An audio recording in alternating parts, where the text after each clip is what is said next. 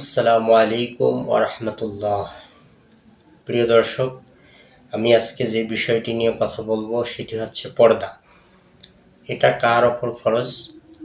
প্রাপ্তবয়স্ক মেয়েদেরকে প্রাপ্তবয়স্ক গৈরে মাহরাম পুরুষদের সামনে পর্দা করতে হবে, এটা তাদের জন্য ফরজে আইন।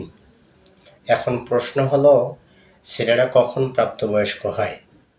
ছেলেরা প্রাপ্তবয়স্ক হয় যখন তাদের স্বপ্নদোষ শুরু হয় বা শরীরের বিভিন্ন বিশেষ অংশে তাদের লোম গজায়।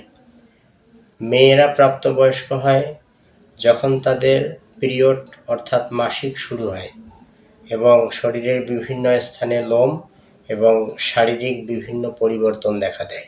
একটি মেয়ে প্রাপ্তবয়স্ক হলে সূরা নূরের ৩১ নং আয়াতে উল্লেখিত পুরুষদের সামনে সে হাতের কবজি, পায়ের পাতা এবং মাথা এবং ঘাড় খোলা রাখতে পারবে, এতে কোনো দোষ নেই।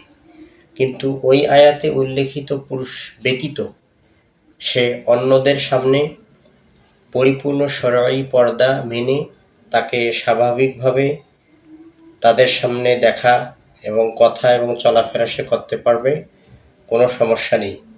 তবে যদি পরিস্থিতি এতটা খারাপ হয় যে গৈরে মাহরাম পুরুষদের সামনে তার হাতের কবজি, মুখমণ্ডল এবং পায়ের পাতা খোলা না রাখলে চলছেই না, এরকম অবস্থা যদি সৃষ্টি হয়, সেখানে তারা মুখমণ্ডল, হাতের কবজি, পায়ের পাতা এগুলো খোলা রাখতে পারে। কারণ আল্লাহ রাব্বুল আলামিন বলেছেন, ইল্লা মা যাহারা মিনহা, স্বাভাবিকভাবে যে অঙ্গগুলো মানুষের বের হয় সেগুলো খোলা রাখাতে মেয়েদের কোনো দোষ নেই কঠিন পরিস্থিতিতে। তবে পারতপক্ষে মুখমণ্ডল এবং হাতের কবজি, পায়ের পাতা ঢেকে রাখাটাই হচ্ছে নিরাপত্তা। একজন মেয়েকে পরপুরুষের সামনে কথা বলতে হবে কিভাবে, সেটাও আল্লাহ রাব্বুল আলামিন বলে দিয়েছেন। আল্লাহ রাব্বুল আলামিন সূরা আহজাবের ৩২ নং আয়াতে বলেন, ফালা তাখদাউনা বিল কওলি ফায়াতমাআল্লাযী ফি কলবি মারাদ ওয়াকুলনা কাওলাম মা'রুফা।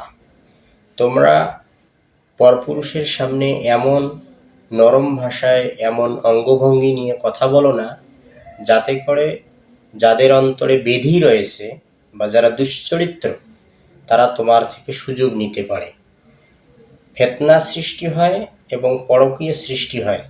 এমন পরিস্থিতি যাতে সৃষ্টি না হয় সেভাবেই পরপুরুষের সাথে কথা বলতে হবে, কিছুটা কর্কশ ভাষায়। এজন্য তাদের মেয়েদের কণ্ঠস্বরের ব্যাপারে এতটাই সতর্কতা থাকতে হবে যে আল্লাহ রাসূল সাল্লাল্লাহু আলাইহি সাল্লাম তাদের আজান ও ইকামতকে খুব ছোট স্বরে করতে বলেছেন।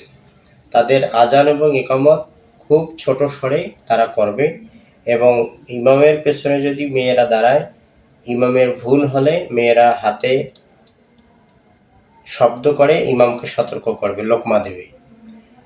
কোনো মা তার ছেলের সাথে বা কোনো পিতা তার মেয়ের সাথে একই রুমে আলাদা বিছানায়ও শুতে পারবে না। কোনো ভাই বোন একই রুমে, তারা বিছানা আলাদা হলেও শুতে পারবে না। কারণ রাসূল সাল্লাল্লাহু আলাইহি সাল্লাম ইবনে মাজার হাদিসে বলেছেন, লা ইয়াখলুওয়ান্না রাজুলুন বিইমরাতিন ইল্লা কানা সালাসিহুমা শাইতান, যে যখন তোমাদের দুজন পুরুষ এবং নারী নির্জনে একাকিত্বে দীর্ঘক্ষণ অবস্থান করে, সেখানে তৃতীয় পক্ষ হিসেবে শয়তান থাকে, সে তোমাদেরকে কুপ্ররোচনা দান করে। সফর করতে পারবে না মহিলারা মাহরাম ব্যতীত। দলিল, বুখারী শরীফে আল্লাহ রাসূল সাল্লাল্লাহু আলাইহি সাল্লাম বলেছেন, লা তুসাফিরুন্না ইমরাতুন ইল্লা মাআহা মাহরাম, কোনো নারীর পক্ষে বৈধ হবে না সফরের দূরত্বে যাওয়ার সময় মাহরামকে ছেড়ে যাওয়া। অর্থাৎ যেখানে নারী তার নিরাপত্তার ব্যাপারে শঙ্কিত থাকবে সেই দূরত্ব পর্যন্ত সফর করতে হলে তাকে মাহরাম লাগবে। এই মাহরাম ব্যতীত সে সফর করতে পারবে না। তাহলে আল্লাহ রাসূল এবং আল্লাহ রাব্বুল আলামিন মেয়ে এবং ছেলেদের ব্যাপারে যে এত সতর্কতা অবলম্বন করতে বললেন, এত সতর্ক বাণী দিলেন, সেক্সুয়াল পজিশনগুলো ব্যাপারে কোরআন এবং হাদিস এত সতর্ক করে দিয়েছেন, তো আমরা যতটুকু সতর্ক করেছেন তার চেয়েও বেশি আমরা উদাসীন। আমরা এই উদাসীনতার কারণে সমাজ, রাষ্ট্র এবং পরিবারগুলো অনাচার, ব্যভিচার, জেনা, ধর্ষণ এগুলোতে জড়িয়ে যাচ্ছে। এত বেশি ধর্ষণের পরিস্থিতি তৈরি হতো না যদি আমরা কোরআন এবং সুন্নাহর এই সতর্কবাণীগুলো মেনে চলতাম। কোরআন সুন্নাহর এই সতর্কবাণীগুলো মেনে না চলার কারণে আমাদের সমাজ এবং রাষ্ট্রে আজকে ধর্ষণের মাত্রাটা এত বেশি।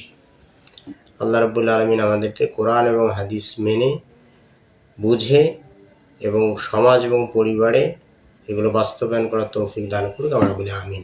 আসসালামু আলাইকুম ওয়া রাহমাতুল্লাহ।